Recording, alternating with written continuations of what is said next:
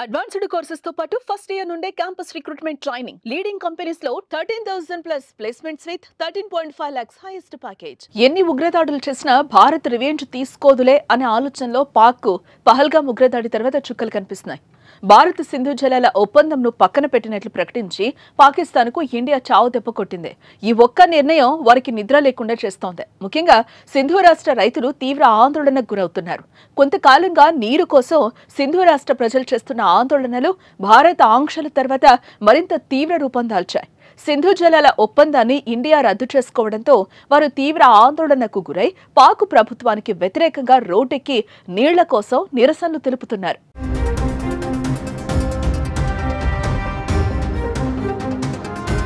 సింధు రాష్ట్ర రైతులకు సింధు జలాలే అత్యంత కీలకం. భారత్తో పాక్ ఒప్పందం తర్వాత ఆ రాష్ట్రానికి సింధు నది నీళ్లు రావడంతో పంటలను పండిస్తున్నారు. లేకపోతే అంతకుముందు కరువుతో అల్లాడిపోయేవారు. అయితే పాక్ ప్రభుత్వ నిర్ణయాలు తమ రాష్ట్రానికి నష్టం చేశాయని సింధు ప్రజలు దశాబ్దాలుగా గుర్రుగా ఉన్నారు.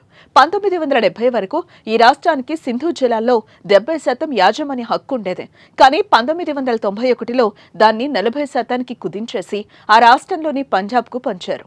1999 నుంచి 2023 వరకు సింధ్ 40% కొరత ఎదుర్కోగా పంజాబ్ కేవలం 15% మాత్రమే చవిచూసింది. ఇక 2024 ఏప్రిల్ మే మధ్య రాష్ట్రానికి 4.645 మిలియన్ ఎకర్ ఫీట్ నీటిని కేటాయించగా కేవలం 3.560 మిలియన్ ఎకర్ ఫీట్ నీటిని మాత్రమే వాడుకోగలిగింది. సింధు జలాలు తొలుత పంజాబ్లోకి ప్రవేశించి ఆ తర్వాత సింధు ప్రాంతానికి చేరుతాయి. ఈ క్రమంలో పంజాబ్లోనే అత్యధికంగా నీళ్లు వాడేసుకుని దిగువకు అసలు వదలటం లేదని వారు ఆరోపణలు చేస్తున్నారు.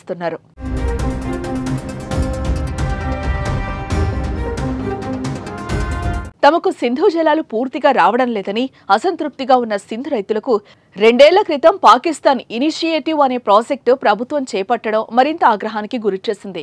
టోలిస్తాన్ కెనాల్ ప్రాజెక్టు చేపట్టి సింధు ప్రవాహ నీటిని ఎడారిలోకి మళ్లించడం ఆ ప్రాజెక్టు లక్ష్యం. ముఖ్యంగా దక్షిణ పంజాబ్ అదనపు భూమిని కూడా సాగు చేయాలని భావించారు. ఇప్పటికే నీటి కొరతతో సింధు రాష్ట్ర ప్రజలు అల్లాడిపోతుంటే పాకిస్తాన్ ప్రకటించిన ఈ ప్రాజెక్టుతో సింధు రాష్ట్రంలో అలజడి రేకింది. ప్రజలు రోడ్లపైకొచ్చి ఆందోళనలు చేపట్టారు. గతేడాది నుంచి ఆందోళనలు జరుగుతున్నాయి. ఇలాంటి సమయంలో భారత్ సింధు జలాలు ఒప్పందం రద్దు చేయడంతో వారి ఆందోళనలు గత వారం నుంచి తీవ్రతరం చేశారు.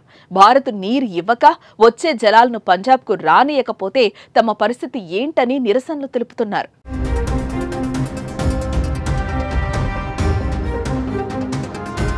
ఇటు రైతు ఉద్యమం, అటు స్వాతంత్ర్యం కోసం బలూచిస్తాన్ యుద్ధం, దేశ ప్రజల ఆకలి కేకలు, ఇన్ని సమస్యలున్న పాక్ భారత్పై ఉగ్రదాడికి సాయపడి మరో కష్టాన్ని కొని తెచ్చుకుంది. ఈసారి భారత్ కొట్టే దెబ్బకు కోలుకోవడమే కష్టమని అంతా భావిస్తున్నారు. మరి ఏం జరుగుతుందో చూడాలి.